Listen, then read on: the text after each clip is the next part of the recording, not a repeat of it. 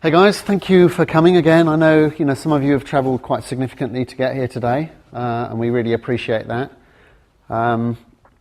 Yes, today is kind of like a bit of a crunch time for you. 4 teams will get through to the final, to battle at the Gadget Show for the ultimate prize of the Unreal 4 digital PC license. Which is a big deal. There's very few developers around the world, even fewer in Europe, who currently have UE4 technology.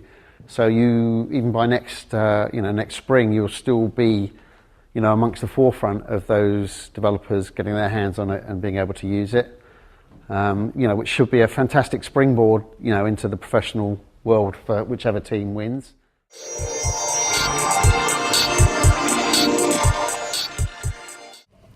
So using UDK will provide us with a great starting point for the game. Its many built-in features will help us to create a diverse environment. The basic features of the game, such as exploring the level, melee and ranged combat, will be easily accomplished. Features such as the water simulation will be used in the demo to create the swampy area. Our designer's ability to use BSP brushes to block out and test the level will mean that production is streamlined, and bottlenecks such as waiting for art assets to be completed or code snippets to be implemented will be reduced.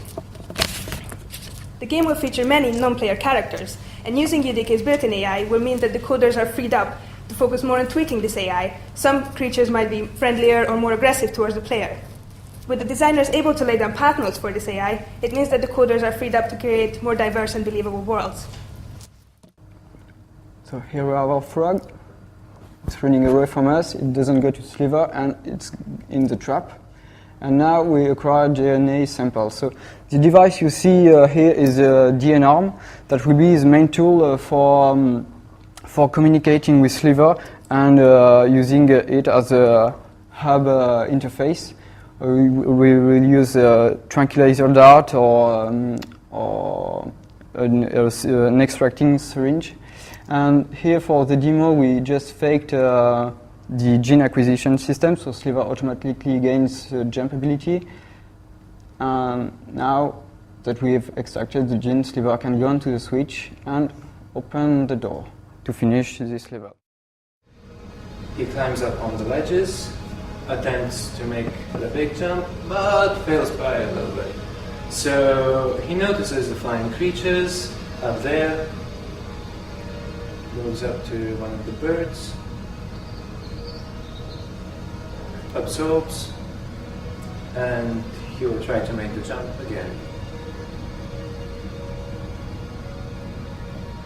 He climbs up to the ledges, tries to jump, and kind of flies over to get to the ore. We're now going to present to you our concept for the Make Something Unreal live competition. Our game is a multiplayer FPS. It is really fast-paced and engaging to the player, and we want to give every player in the team a POF. POF is short for a push-electronic force field. This is a weapon that creates a highly concentrated projectile of force, which gets shot fast throughout the battlefield. When it hits another player, the player gets pushed back at high speed. The player also features evolving environments, and I'm going to talk to you about how we want to incorporate this into the gameplay in just a few minutes. As you can see here, here's the play field of the arena. Each team starts off at one separate end of the arena, and the goal for the teams is to get the ball in the center of the arena, carry it over to the other team's area, and throw it through the goalpost to make a score. As I said before, the game is really fast-paced and adrenaline-pumping, and each player will get to jump high across the platforms, to get high up in the air, and shoot at enemies. Project Genesis is set in a time where space travel has enabled a new age of exploration, so new planets and discovering those planets. You play a scientist, tasked to Project Genesis, and you're sent alone to an uncharted island to discover it on this new planet. Project Genesis is an experiment whereby 400 genes are combined to test mutations before they're tried back on Earth with humans. Now, Eugene is a third-person action-adventure game based around the main character, Eugene, which stands for Unique Genetic Extractor. He's also been enhanced through the use of epigenetics. This gives him the unique ability to alter the genetic structure of each of his limbs and torso individually. Now, scope was a major issue with our game, so to combat this, we reduced the possible number of states down to 2, reptile and nature. And we've looked into creating our own unique cameras, and the sprint, which you may have seen on the reptile dash for his utility, to just basically provide an interesting game. There's no better way to show this than with some gameplay. So just before this gameplay takes place, the darkness takes a hold over Aaron's mind.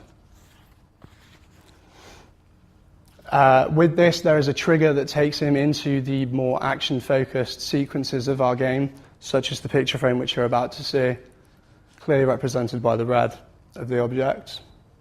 And upon this, the player must traverse platforms in a parkour style in order to escape the darkness that is chasing him. In a similar way to the puzzle sections, you'll be able to find light sources within the environments that you'll be able to use to stave off the darkness, but you'll only be able to stave it off for a short period of time. Now, Mendel's farm used to be a very successful and thriving business, but over time it has begun to deteriorate. As Mendel has grown older, he has started to struggle to run the business on his own. Therefore, he's hired you to help return the farm to its former glory. Now, the shop will allow the player to purchase a number of animals and plants and decorations with in-game currency, that's generated from the farm. Okay then, now we'll give you a quick demonstration video for what the game might look like and what the sound might appear like. And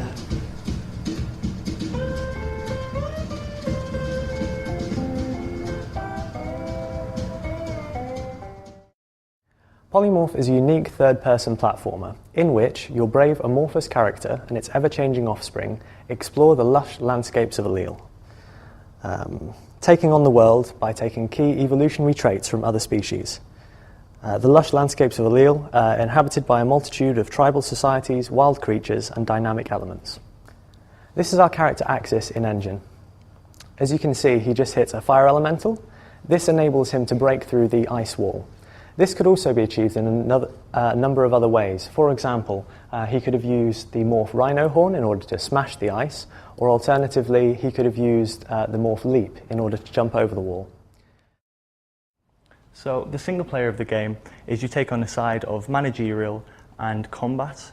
It kind of merges the two elements together, and the player will gain credits, which is the in-game currency, through playing friendly and seasoned matches.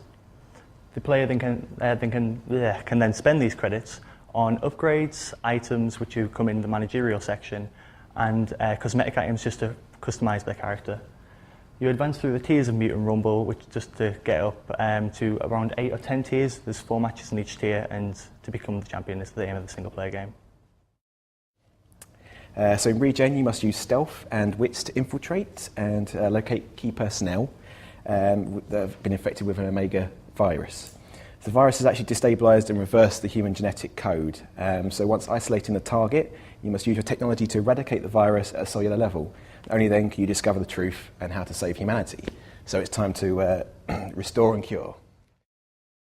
So I'm really proud to present our game, Beans, which is 60% a puzzle game and 40% a platform game, mainly designed for children from 6 to 10 years old. But we want to make it enjoyable for a really huge range of casual players. I have to say that in this game, the player controls a creature whose aim is to reach the end of every level, and to do so, it has to find a partner and to mate in order to make offsprings, which will inherit special abilities from the parents. And these special abilities will be necessary to overcome all the obstacles the creature will find along its path. Okay, so I have been told to give a dramatic pause. So the winners in no particular order are as follows. So we have Dead Shark Triple Punch.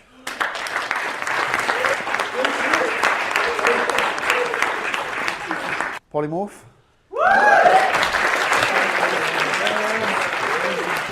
Static.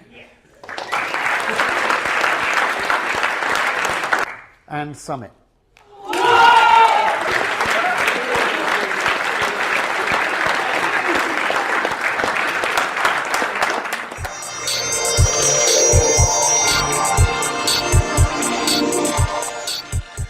I thought overall the quality of the presentations were truly superb. Actually, the range of the science involved was really impressive, and the quality of the pitches, as well as the technical aspect of their design, was top notch.